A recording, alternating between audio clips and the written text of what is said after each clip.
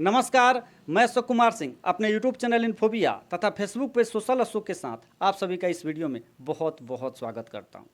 आज के इस वीडियो में हम एक ऐसे मुद्दे पर चर्चा करने वाले हैं जो मुद्दा आजकल बिहार की राजनीति में गरमाया हुआ है।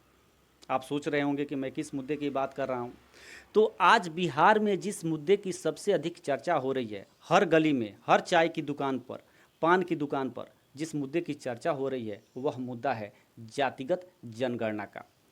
यानी बिहार की जो राजनीति है एक बार फिर जाति के इर्द गिर्द घूमती हुई नजर आ रही है। आपको पता है कि 2 अक्टूबर को बिहार सरकार ने जातिगत जनगणना की रिपोर्ट पेश की और रिपोर्ट आने के बाद पूरे देश भर में एक तरीके से भूचाल आ गया।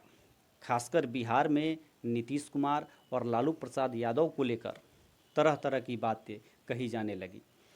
कुछ राजनीतिक जो एक्सपर्ट्स हैं उनका मानना है कि इस जाति जनगणना से नीतीश कुमार और लालू प्रसाद यादव को नुकसान हो सकता है, क्योंकि जातीय जनगणना को लेकर कई प्रकार के सवाल खड़े किए जा रहे हैं। जेडीयू के अंदर भी इस जातीय जनगणना को लेकर बगावती सुर देखने को मिल रहे हैं। तो वहीं आरजेडी के भी कई नेताओं ने जातीय जनगणना को लेकर सवाल खड़ा किया है। आरजेडी और जेडीयू के साथ रहने वाली पार्टी कांग्रेस पार्टी के कई नेताओं ने भी जातीय जनगणना को लेकर सवाल खड़े किए हैं।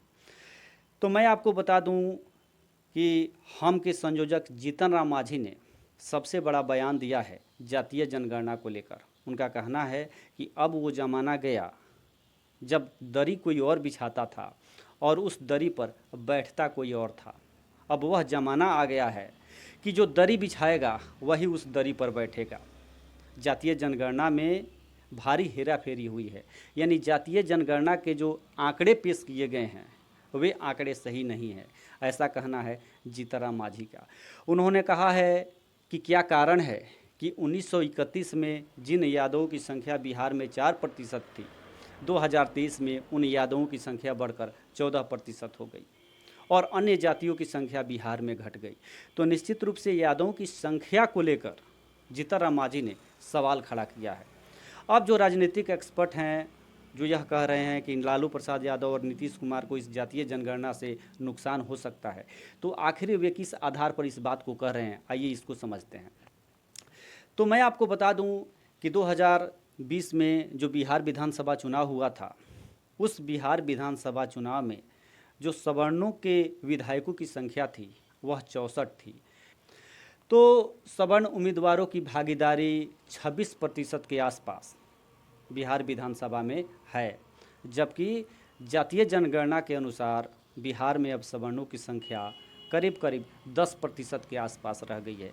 तो निश्चित रूप से आने वाले समय में जो सवर्णों की राजनीति है, इस राजनीति को और अधिक नुकसान हो सकता है। जो राजनीतिक जानकार हैं उनका मानना है कि जब जातिगत जनगणना नहीं हुई थी उससे पहले बिहार में जो सवर्णों की स्थिति थी काफ़ी सम्मानजनक थी। बिहार के सभी राजनीतिक दलों में सवर्णों के नेता मौजूद थे और अच्छे अच्छे पदों पर थे। चाहे बीजेपी की बात करें, आरजेडी की बात करें, जेडीयू की बात करें, इन सभी राजनीतिक दलों में सवर्णों के नेता मौजूद थे और इन नेताओं को अच्छे खासे पद प्राप्त हुए थे। लेकिन जब जातिगत जनगणना हो चुकी है और सबको जब ये मालूम हो चुका है कि बिहार में सवर्णों की संख्या 10% के आसपास रह गई है, तो फिर कोई भी राजनीतिक दल इन सवर्णों के ऊपर अपना दाव नहीं लगाना चाहेगा। तो निश्चित रूप से आने वाले समय में बिहार में सवर्ण की जो राजनीति है, इस राजनीति को नुकसान हो सकता है। अब जो राजनीतिक एक्सपर्ट्स हैं उनका कहना ये है कि 2020 के बिहार विधानसभा चुनाव में 52 विधायक यादव जाति की चुन के आए। तो जो बिहार विधानसभा का चुनाव हुआ उस चुनाव में सवर्णों के 64 विधायक थे, जबकि यादव जाति के 52 विधायक थे। और जो 52 विधायक थे, कुल अगर विधानसभा की बात करें तो कुल विधानसभा के 26% संख्या होती है यादवों की, जबकि अब 14% संख्या है बिहार में यादव की। यह बात सबको मालूम हो गई है जातिगत जनगणना के बाद। तो निश्चित रूप से यादवों के लिए भी, यानी आरजेडी के लिए भी यह जातिगत जनगणना नुकसानदेह साबित हो सकती है। वहीं अगर नीतीश कुमार की बात करें तो 2020 में नीतीश कुमार की जो जाति है यानी कुर्मी जाति, उसके 9 विधायक जीत के आए और लगभग 2.5% के आसपास कुर्मियों की संख्या है बिहार में। तो निश्चित रूप से नीतीश कुमार को भी आने वाले समय में नुकसान हो सकता है। तो कुल मिला जुला कर देखा जाए तो जातीय जनगणना से किसी राजनीतिक दल को फ़ायदा पहुंचता हुआ दिखाई दे रहा है तो किसी राजनीतिक दल को नुकसान होता हुआ दिखाई दे रहा है। राजनीतिक जो विशेषज्ञ हैं उनका मानना है कि जिस तरीके से बिहार में अब जातियों को लेकर लोगों के बयान आ रहे हैं, नेताओं के बयान आ रहे हैं, उन बयानों को देखकर और सुनकर यही लगता है कि आने वाले समय में जो मुख्यमंत्री की कुर्सी है उस कुर्सी के लिए भी जो अधिक संख्या वाली जातियां हैं वे अपना दावा ठोकेंगी। जीतन राम मांझी ने कहा है कि दरी जो बिछाएगा वही दरी पर बैठेगा। अब वह ज़माना गया कि दूसरों के लिए दरी बिछाई जाती थी। और भी कई बयान ऐसे आ रहे हैं, जैसे कुछ लोगों का कहना है कि संख्या हमारी कुर्सी तुम्हारी, नहीं चलेगा नहीं चलेगा। यानी अगर संख्या हमारी अधिक है तो हमारी जाति के ही लोग मुख्यमंत्री बनेंगे। वैसे भी बीजेपी के नेताओं का कहना है कि अगर ओबीसी के नेता बिहार में मुख्यमंत्री बनते हैं तो एक ही ओबीसी जाति के नेता बिहार में मुख्यमंत्री क्यों बनेंगे। तो ओबीसी के अंदर जो अन्य जातियां हैं उन जातियों के नेताओं को भी मुख्यमंत्री बनना चाहिए। तो बीजेपी के नेताओं का सीधा जो निशाना है वह लालू परिवार पर है।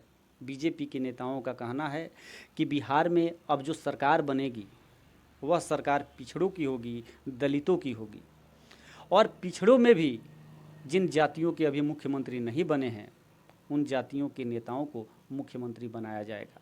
तो निश्चित रूप से आने वाले समय में इस जातीय जनगणना के कारण आरजेडी और जेडीयू को नुकसान हो सकता है। बीजेपी के नेताओं का आरोप मात्र आरजेडी पर ही नहीं है बल्कि जेडीयू पर भी है। यानी बिहार में कुर्मी की जो संख्या है लगभग 2.5% के आसपास है और 2.5% वाला आदमी मुख्यमंत्री क्यों बनेगा, ऐसा कहना है बीजेपी नेताओं का। तो निश्चित रूप से नीतीश कुमार ने ये जो जातिगत जनगणना का दाव खेला है 2024 के लोकसभा चुनाव के लिए और 2025 के बिहार विधानसभा चुनाव के लिए, इसका कितना फ़ायदा नीतीश कुमार उठा सकते हैं ये तो आने वाला समय ही बताएगा। लेकिन फ़िलहाल जो सबकी निगाहें हैं इस बात पर टिकी हुई हैं कि आने वाले समय में इन दोनों चुनावों में बिहार की जनता किस आधार पर वोट करने वाली है। अगर जातिगत जनगणना के नाम पर अगर वोट करती है तो निश्चित रूप से आने वाले समय में जो बिहार की राजनीति होगी और भी अधिक जातिवाद के इर्द गिर्द घूमती हुई मालूम देगी। आपको पता है कि बिहार सरकार ने जब जातिगत जनगणना की घोषणा की तो कई राजनीतिक दलों ने इसका विरोध शुरू किया था और निश्चित रूप से जब आंकड़े जारी किए गए उसके बाद तो और बवाल मचा हुआ है।